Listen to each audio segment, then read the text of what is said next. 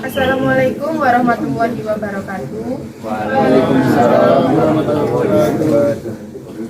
Selamat pagi. Semoga kita semua selalu dalam lindungan Allah Subhanahu wa Ta'ala. Yang terhormat Bapak Kasnawo Esos INM selaku dosen pengajar mata kuliah komunikasi dan negosiasi bisnis, serta teman-teman seperjuangan yang senantiasa saya banggakan. Perkenalkan, nama saya Dinda Mei Fatmawati. Nama saya Ica Sulmawati Putri. Nama saya Leli Nur Marifandu. Nama saya Farah Nabila. Nama saya Laila Fungsi. Adapun pemateri yang akan melakukan presentasi yaitu kelompok 7 dengan judul presentasi gambaran umum tentang lobby dan teknik negosiasi. Penyampaian materi yang pertama akan disampaikan oleh Ica. Ica, dipersilahkan. Lobby atau lobbying melakukan aktivitas yang bertujuan mempengaruhi pegawai umum dan khususnya anggota legislatif dalam pembuatan peraturan atau menurut kamus. Definisi lobby dapat disusun sebagai suatu upaya pendekatan yang dilakukan oleh suatu pihak yang memiliki kepentingan tertentu untuk memperoleh dukungan dari pihak lain yang dianggap memiliki pengaruh atau wewenang dalam upaya pencapaian tujuan yang ingin dicapai. Fungsi lobby yaitu 1. Membangun moralisasi dengan organisasi-organisasi lain. 2. Mengumpulkan informasi dan mempersiapkan laporan untuk legislator yang mewakili posisi organisasi dalam isu-isu penting. 3. Melakukan dengan individu-individu yang berpengaruh. 4. Memusatkan debat. 5. Mempengaruhi keputusan atau kebijakan pihak lain. Sasaran lobby yaitu pertama, golongan masyarakat. Kedua, anggota organisasi yang memiliki wawasan kontak paling penting dengan pihak legislatif, yudikatif maupun eksekutif. Yang ketiga, tokoh masyarakat. Keempat, kalangan jurnalis. Yang kelima, pejabat tinggi negara.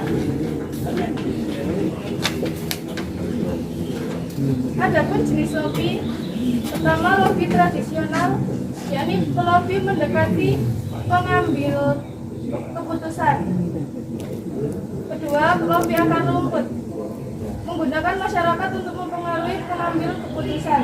Yang ketiga, lobby political action committee, yaitu komite yang dibentuk perusahaan besar agar wakilnya dapat duduk di parlemen atau pemerintah. Selanjutnya akan dibacakan oleh Mbak Leli.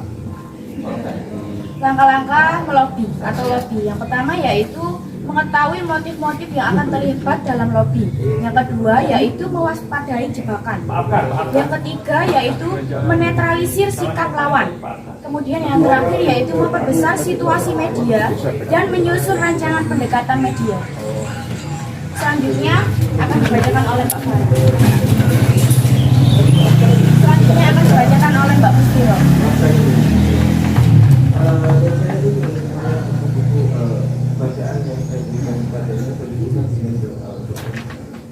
Teknik lobby menganalisis ide, menentukan lawan dan kawan, mengidentifikasi kelompok kecil yang akan menentukan isu lobby, menentukan koalisi, menentukan media, menetapkan tujuan dan mengembangkan kasus, menganalisis dan mengidentifikasi penyebab kasus, menganalisis berbagai macam segmen halayak. Materi selanjutnya akan dibacakan oleh Mbak Farah. Mbak Farah, dipersilakan. Mengorganisasikan dan merencanakan lobby. 1. Menetapkan bentuk kegiatan. 2. Menetapkan tempat dan suasana. 3. Menetapkan waktu. 4. Menetapkan tim lobby dan menetapkan tujuan lobby. 5. Menetapkan anggaran atau budget tergantung banyak variabel. 6. Pertimbangkan faktor lokasi tempat lobby berlangsung. Materi selanjutnya akan dibacakan oleh Mbak Dinda. Menetapkan strategi lobby yang efektif. 1.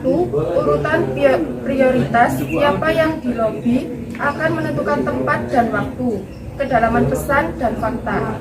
Yang kedua, menyiapkan argumen. Kita harus melengkapi kegiatan lobi dengan berbagai informasi yang dibutuhkan untuk meyakini sasaran lobi. Yang ketiga, merumuskan ide dan ulasan bagaimana ide kita bisa mendukung ide sasaran lobi dan seolah meringankan tugas mereka. Materi selanjutnya akan dibacakan oleh Farhan. Negosiasi. Definisi yaitu proses tawar-menawar dengan jalan berunding untuk mencapai kesepakatan bersama antara satu pihak dan yang lain. Tips negosiasi adalah: 1. Pisahkan pokok masalah yang dinegosiasikan dengan lawan.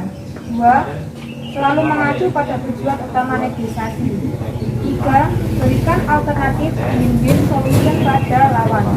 4. Selesaikan proses negosiasi dengan cepat dan tidak bertele-tele. 5. Riset dan riset. Strategi dalam negosiasi: 1. Bersaing. 2. Kompromi. 3. Kooperatif. Muslihat dalam negosiasi: 1. Membentak. 2. Prediksi. 3. Penonjolan fakta. 4. Menggeserkan atau mengalihkan perhatian. 5. Menjawab tidak responsif. Materi selanjutnya akan dibacakan oleh Leli. Persiapan internal dalam negosiasi yang pertama itu adalah penguasaan terhadap bisnis yang akan dikerjasamakan. Yang kedua yaitu identifikasi pihak rekanan. Yang ketiga yaitu penguasaan regulasi. Yang keempat yaitu penggunaan tenaga lain. Yang terakhir yaitu praktek kebiasaan atau internasional atau regional. Kemudian ada persiapan eksternal, di mana persiapan ini tuh melakukan studi banding dan studi kelayakan tentang proyek yang akan dikerjakan. Kemudian mempertimbangkan nilai kemanfaatan dan dampak strategi. Dan yang terakhir yaitu membuat rancangan anggaran dan biaya. Kemudian negosiasi meeting. Yang pertama yaitu mengusahakan sebagai pengundang. Kedua yaitu kondisikan tamu agar menunggu sebentar. Kemudian yang ketiga yaitu posisikan tempat duduk Anda dan menjauh dari pintu. Kemudian sampaikan maksud dan tujuan secara singkat. Dan yang terakhir yaitu jangan memperhatikan bahwa Anda pihak yang sangat membutuhkan.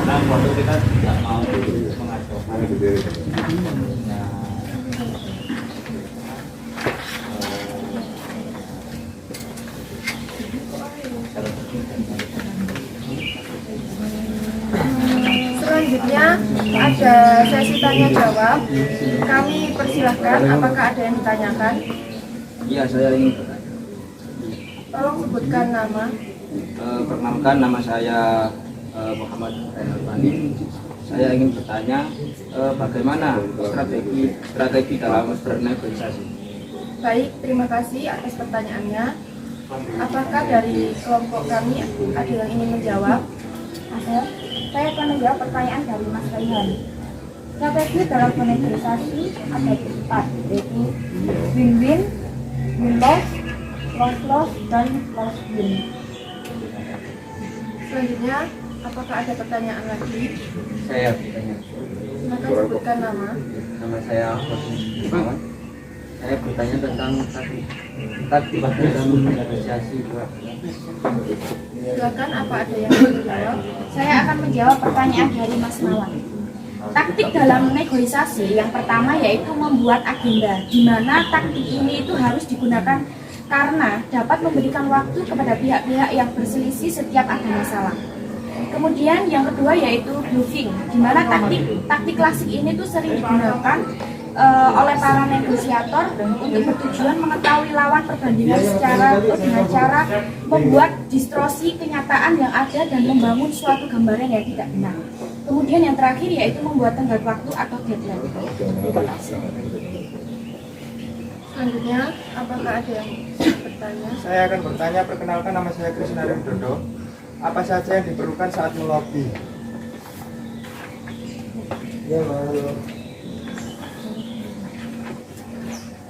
Baik, terima kasih untuk pertanyaannya. Apakah ada yang ingin menjawab? Saya akan menjawab pertanyaan dari Mas Krisna. Persiapan yang diperlukan saat melobi yaitu pahami prinsip-prinsip kegiatan lobi kita, kenali sasaran lobi kita, kemudian pahami prinsip-prinsip membangun kepercayaan sasaran lobi terhadap diri kita, berikan gambaran manfaat yang didapat bila mendukung atau mengabulkan permintaan kita. Yang terakhir, persiapkan berbagai fasilitas pendukung yaitu waktu, tempat, dan acara. Terima kasih. Baik, terima kasih. Apakah jawaban dari kelompok kami tadi ada yang kurang berkesan atau gimana? Bisa diterima atau tidak? Baik, terima kasih. Jadi kesimpulan dari materi presentasi kita hari ini mendefinisikan bahwa lobby itu merupakan bagian dari negosiasi, di mana lobby itu lebih mengarah kepada mempengaruhi pihak yang memiliki kebijakan dalam menentukan sesuatu seperti peraturan dan sebagainya. Lobby selalu mengarah ke atas kepada orang yang memiliki kuasa atau wewenang terhadap sesuatu. Berbeda dengan negosiasi yang bersifat sejajar, di mana negosiasi lebih kepada diskusi untuk mencari win-win solution. Demikian presentasi dari kelompok 7. Mari kita mengucapkan alhamdulillah. Saya dan teman-teman saya mohon maaf atas kesalahan saat proses penyampaian. Sekian, terima kasih. Wassalamualaikum warahmatullahi wabarakatuh. Waalaikumsalam warahmatullahi wabarakatuh.